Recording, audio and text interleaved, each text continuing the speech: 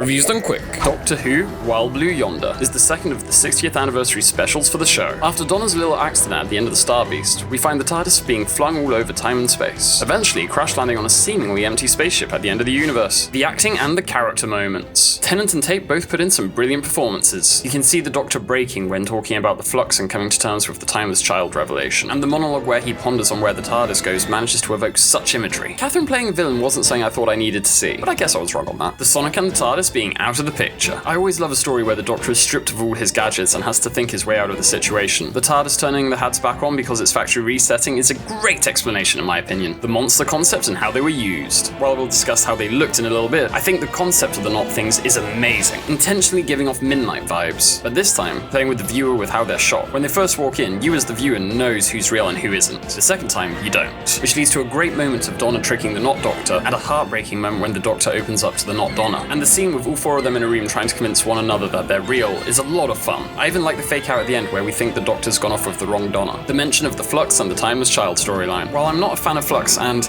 well, I absolutely hate the Timeless Child storyline with a passion! I do like the fact that RTD acknowledged the work that Chibnall did on the show, and didn't just completely ignore it or even retcon it like some of the fans wanted. And seeing the toll those events are having on the Doctor, I just want to give him a hug. Some visual effects took me right out of the experience, while some of the physical sets look really good, and the outside of the ship is excellently realised. Any scene in that big green screen corridor reminded me immediately that we were watching Doctor Who. I mean, slightly off special effects are part of the show's legacy, right? Probably good we had some in the anniversary specials. The issue came in the climax of the episode. A big chase scene set entirely in that corridor, and all I could think about was how off Tennant looked while chasing himself. Though I did really like the Titan-looking Doctor and Donna. Maybe we'll see 15 using some ODM gear in the future. The Deus Ex TARDIS. Yes, it's a time machine, and I guess that it makes sense that the TARDIS would know that it's safe to come back. But this made the entire chase feel unnecessary. At what point was it sure that the hostile action ended? Because neither the Doctor or Donna had any effect on the Not Doctor during the chase scene. Well, apart from the Doctor getting close enough to the Not Doctor that the Not Doctor got onto all fours and started going even faster. So from the beginning of the chase, the Not Things were never going to make it. So why didn't the TARDIS come back before they even started running?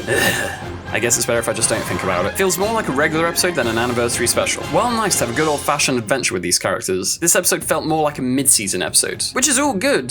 That doesn't make me feel like we're celebrating the show. The intro in 1666. I'm still not sure how I feel about the casting of Nathaniel Curtis as, not yet Sir, Isaac Newton. Something about it did throw me slightly off. I realized Doctor Who's come a long way from its educational roots. It is much closer to pure fiction than a history class. And though I wouldn't say it's a negative to the episode, I did want to mention it. 14 finding the car. Sure, have a car. It's a long corridor, so it makes sense there would be transport. But why so far down from any doors? Wouldn't it be smarter to leave your vehicle near to something useful, and not just conveniently where the Doctor was standing? I'd be pissed as the captain if every time I left the pilot seat I had to walk half a corridor before reaching transport. Or are there just cars under every part of the corridor? Wild Blue Yonder is a fun, if pretty basic, episode with some dodgy visual effects. While it didn't have that momentous special energy, it was nice seeing the Doctor and Donna go out on a typical sci-fi adventure, something I never thought we'd see again after Journey's End. So all in all, I do consider this another win for the anniversary specials. What did you think of Wild Blue Yonder? Let me know down below.